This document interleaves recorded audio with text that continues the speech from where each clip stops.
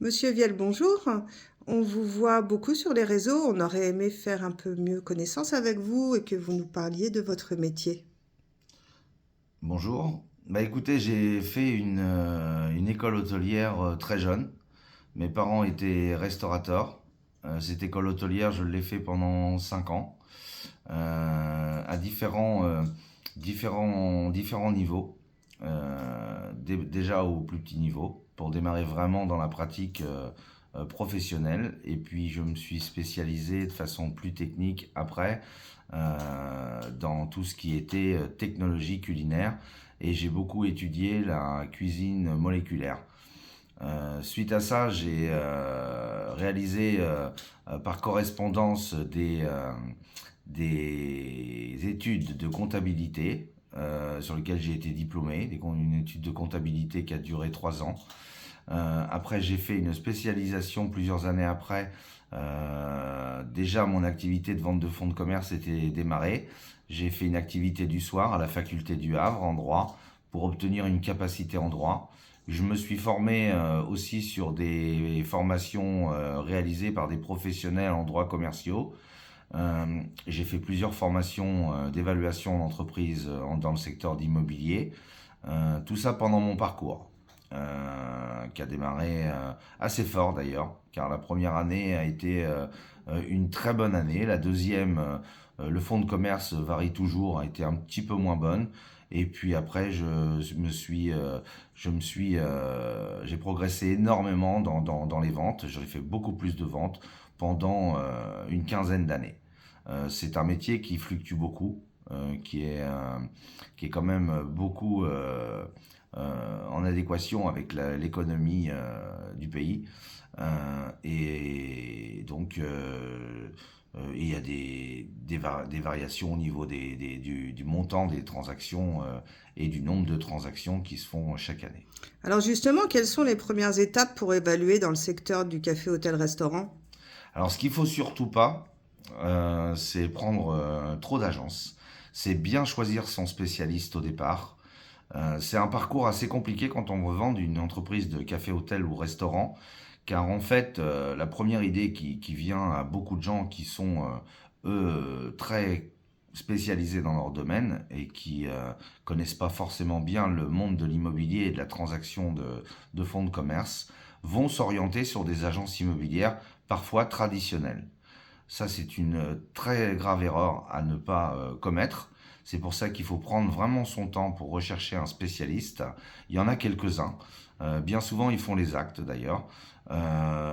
Et il y a aussi des spécialistes qui se concentrent sur la négociation, la transaction, l'estimation et la valeur du bien pour mettre leur établissement à la vente. Mais c'est une étape cruciale, hein. Bien choisir le négociateur et surtout, et l'agent ou l'agence.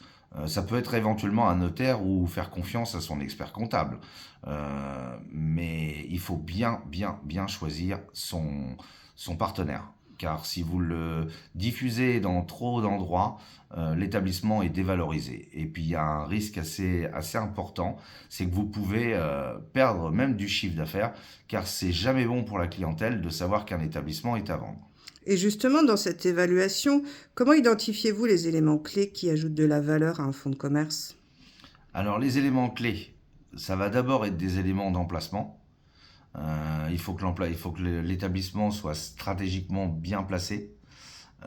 Si c'est pas le cas, il faut qu'il soit reconnu. Il faut qu'il y ait une clientèle ou fidèle ou touristique toujours présente dans l'établissement pour avoir un chiffre d'affaires conséquent. Et l'évaluation va se faire par un EBITDA, EBE, qui va en fait donner la capacité, un, de financer l'établissement, deux, de se rémunérer et trois, de payer ses impôts. Ça va être la première évaluation. L'évaluation va se fixer là-dessus. Après, vous avez bien sûr d'autres éléments clés qui ne sont pas toujours pris en compte. En tout cas, moi, j'en fais un point d'honneur. C'est la valeur du matériel, se rapprocher de l'expert comptable pour connaître la valeur du corporel et bien identifier l'état du matériel. Je pense que chez quelqu'un qui vous évalue votre fonds de commerce doit automatiquement vous demander d'allumer, de faire fonctionner le matériel, de prendre du temps pour bien l'analyser, s'il est bien en adéquation avec la valeur qui a été donnée par l'expert comptable sur facture, et voir son état résiduel aussi, s'il peut fonctionner encore longtemps, parce que vous allez projeter votre activité sans trop d'investissement dans les premières années. Euh, Ça, c'est important. Il y a aussi après le personnel qui est dans l'établissement. Et le personnel qui est dans l'établissement va être crucial, s'il y a du personnel, bien sûr.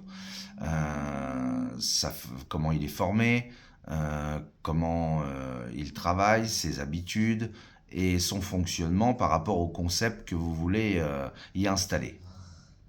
Ça va être des éléments clés. Après, il y en a beaucoup d'autres.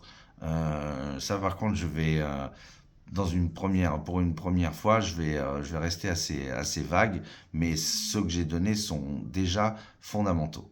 D'accord, mais pouvez-vous nous donner un exemple de stratégie réussie pour attirer des acheteurs potentiels? Alors moi, j'ai des techniques assez simples qui sont traditionnelles. C'est d'être souvent dans les lieux. Parfois, dans le lieu même, vous avez un acquéreur potentiel. Quelqu'un qui est habitué au lieu. Ça peut même être un concurrent, un confrère qui vient régulièrement chez vous. Il faut provoquer de la rencontre, bien étudier l'endroit. Il peut, à l'intérieur de l'endroit, y avoir déjà le futur acquéreur. Ensuite, vous avez les moyens publicitaires. Vous avez aujourd'hui les réseaux qui sont très importants. Ils ont pris une proportion importante. Et vous avez également les sites connus et reconnus en vente de fonds de commerce. Et bien sûr, avoir des sites, que votre partenaire ait un site aussi valable, un site bien référencé. Mais vous, comment gérez-vous les négociations pour parvenir à un accord mutuellement bénéfique pour acheteurs et vendeurs? Alors moi, je tiens compte de plusieurs choses. Je tiens compte d'abord de l'emplacement. Ça, c'est un critère important. Du flux d'entrée et de sortie qu'il y a dans l'établissement, qui va permettre de se rapprocher en fait des chiffres et d'assurer à l'acquéreur, suivant les erreurs qu'il pourra réaliser, car on est tous humains et on peut dans un premier temps avoir du mal à lancer son activité, se rapprocher vraiment des flux et vraiment de l'emplacement, de l'état du matériel, de voir s'il est en adéquation avec la période, car les modes changent, et voir en cas de perte de chiffre d'affaires la première année. Il peut y avoir une petite perte dans les 6 premiers mois, la première année, car c'est aussi une histoire de personnes. Voir comment on peut réorienter très vite l'activité et comprendre bien la valeur de l'emplacement, c'est-à-dire sans chiffre d'affaires, avec un bail. Le bail est fondamental pour protéger l'acquéreur et toujours rester avec des critères qui sont d'évaluation par rapport à une moyenne nationale, tout en variant selon les villes. Il y a des villes qui sont beaucoup plus cotées que d'autres, des endroits qui sont beaucoup plus cotés et des emplacements également qui sont plus significatifs. Donc il va falloir vraiment identifier cet ensemble de choses pour que le prix soit justifié et que vraiment il y ait ce rapport entre acheteur content et vendeur satisfait également. Donc il va vraiment falloir expliquer, bien identifier les choses et bien les expliquer aux acheteurs et aux vendeurs pour que la transaction soit équitable des deux côtés. C'est pas en baissant un prix ou en ayant un prix plus qu'attractif que vous allez forcément avoir un bon résultat et que vous allez être satisfait. Des entreprises vendues parfois un petit peu plus cher, il y a souvent des raisons derrière. L'emplacement survalorise l'affaire, mais il y a réellement un réel potentiel pour y développer plusieurs concepts. Et c'est pas toujours une mauvaise idée non plus d'acheter une affaire qui n'est pas vraiment ou pas du tout à la vente. Ça, c'est des stratégies payantes et gagnantes, surtout. Eh bien, merci, Monsieur Vial. Je pense qu'on vous connaît un petit peu mieux. Bonne journée, au revoir. Au revoir.